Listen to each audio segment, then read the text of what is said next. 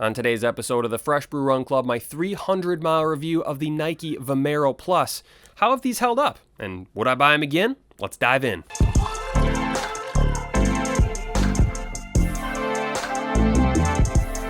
Welcome to the Fresh Brew Run Club. My name is Aaron, and I'm excited about today's review. I have been churning through the miles in the Nike Vomero Plus.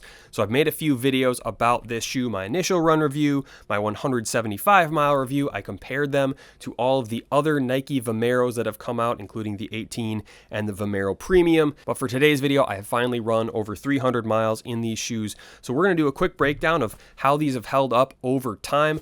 Are they durable? And then finally answer the question you've all been wondering, would I buy these shoes again? So like I said, I've made a bunch of videos about the Vomero Pluses already. So if you want a more in-depth review, check out my 175-mile review, which I will link in the description below. So today we're just going to focus on the durability, but I do want to give a quick breakdown of kind of what these shoes are all about after 300 miles. So for me, I'd say these shoes are a cushioned daily trainer. I've been doing a lot of easier runs, some runs where I pick up the pace a little bit, but honestly, these are just built for those daily miles. The foam is great. They're super soft. If you don't mind a little bit of cushioning, this is something you probably will want to grab just for an average run. Are they a fast shoe? I don't think so. I've seen some people compare these to the Super Blast 2 from Asics. I think the Super Blast 2 is a much faster shoe than the Vomero Plus, so I don't think there really is a comparison. These are a little bit more casual, a little bit of a slower shoe. Not a slow shoe by any means. It's not a recovery shoe or,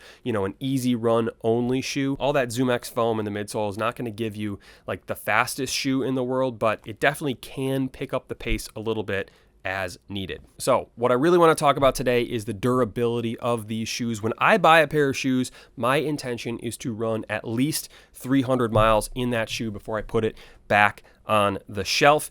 And I finally have done that. I've actually run over 300 miles in these. So first of all, I'm still running in them. So I haven't completely given up on them yet. There are plenty of shoes that I've run like 50 miles in and said, you know what, these aren't fun, these aren't comfortable, these aren't a good shoe. I'm never running in those again. Not the case with the Vomero Pluses. I've actually really been enjoying the miles that I have run in these, but let's take a look at how these have held up over time, starting with the outsole. So for me, the outsole is where I do the most damage. I am a heel striker, and before you leave the comment about like, oh, you shouldn't be a heel striker, whatever. Most people are heel strikers. I've seen those comments a million times before. I don't really care. When it comes to the outsole, I wear down the heel area first, and this shoe is no exception. I would say I noticed this at about 200 miles. I finally broke through that outsole rubber, which honestly, for a lot of the Nikes that I've run in over the past 5 years, that's pretty good. And that was just the initial breakthrough. This is like 320 miles or so, and it's just a little bit. I would say this is absolutely still a runnable shoe. I don't love to see that midsole foam poking through this shoe, but it honestly doesn't really impact the way that this shoe runs for me yet. The other part that I wore down is where I push off with my foot in the forefoot area. It's a little bit flat, but honestly still in pretty good shape. The lugs in that waffle outsole have held up surprisingly well. Like I said, in the past, I've had some Nike shoes that had really soft outsoles, and I just flattened them pretty quickly, wore through the heel, and before you know it, the shoe was kind of like past its useful life. Not the case with these. I'm pretty happy with the heel area. The other one, I have a little bit of a less pronounced heel strike, and I have no like actual damage. They're just worn down a little bit after 300 miles. And then moving up to the midsole, there's two parts. There's the aesthetic side of the midsole, and then there is how does the actual shoe feel? How does that foam feel after 300 miles? So we'll start with the aesthetics. In pretty good shape. However, if you take a look at where I wore down that heel area, you'll notice it's starting to peel a little. So my theory, and I have no proof to back this up, is there's some sort of layer. So whether it's paint or like an actual thin layer of like plastic or something on top of that midsole foam, it's a little bit of a protective barrier, and it's going to hide some of the wrinkles that you tend to see with the ZoomX foam. You take a shoe with ZoomX foam out on a few runs, you're going to get some wrinkles. There's nothing wrong with that. It's just how it looks. However, you don't get a ton of that with the Vomero Plus because I think there is some sort of plasticky layer on top of that midsole foam, which I think is a benefit. It kind of helps make the shoe look a little bit nicer. They're easier to clean, and it does offer a little bit of protection. As far as how the foam feels, it was interesting running in these shoes. After about 100 miles, they started to firm up a little bit, and that's really when they hit their stride. Pun intended. Right out of the box, they're very soft, but once they firm up a little bit, then you can start to pick up the pace a little bit, and you really get the most out of those shoes. Since then, honestly, the midsole foam has been great. It probably is a little bit more dead than it was like 200 miles ago. However, there's nothing like noticeable. Like my feet don't hurt after these. They're still pretty responsive. You still get a decent amount of bounce out of these shoes. So I have no complaints. I'm very impressed with how these have held up after 300 miles. So moving up to the upper, in pretty good shape. However, there are 2 spots of damage that are completely user error. I talked about this in my 175-mile review. I was trying to capture a slow-mo shot of me like rounding a corner to show the stability of this shoe, which, side note, these are pretty stable shoes.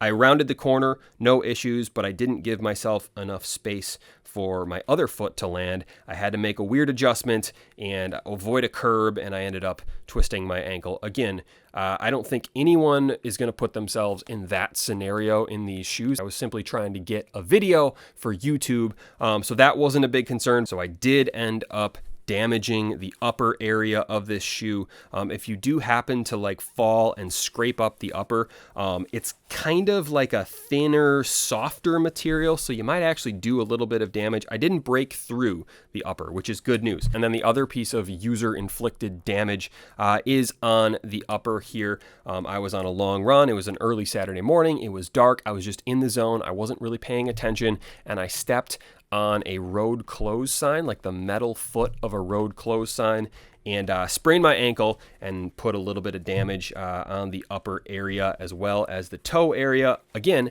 didn't break through that upper material, so that is good. It can withstand an ankle sprain from a road close sign, which again, I don't think that's a stability issue. I think that is just a me not paying attention issue. But if you are going to fall and kind of scrape up the upper, it seems like it can withstand a decent amount of scraping on the road. So that's a plus. And then finally, a piece of damage that I do think is preventable. I tend to clip the inside of my heels, and I wear down this heel collar area. Some shoes have like a piece of plastic or some sort of protective material in that area just for that specific thing. This does not. So I've worn through that material on the top and kind of gotten down to whatever is inside of this like heel collar area. It hasn't caused any issues. Like it's basically aesthetic only, but just something to keep in mind if you do like clip the inside of your ankles like I do, you might do a little bit of damage there. Otherwise, no damage. The laces are in good shape. The pull tab is still in good shape. The inside of the shoe looks fantastic. Obviously, there's a little bit of dirt because I run in my shoes outside, so they're going to get dirty. But otherwise, these shoes are in really good shape. So overall, are these shoes durable? Absolutely. Have they lasted me 300 miles? Certainly. Would I buy these shoes again?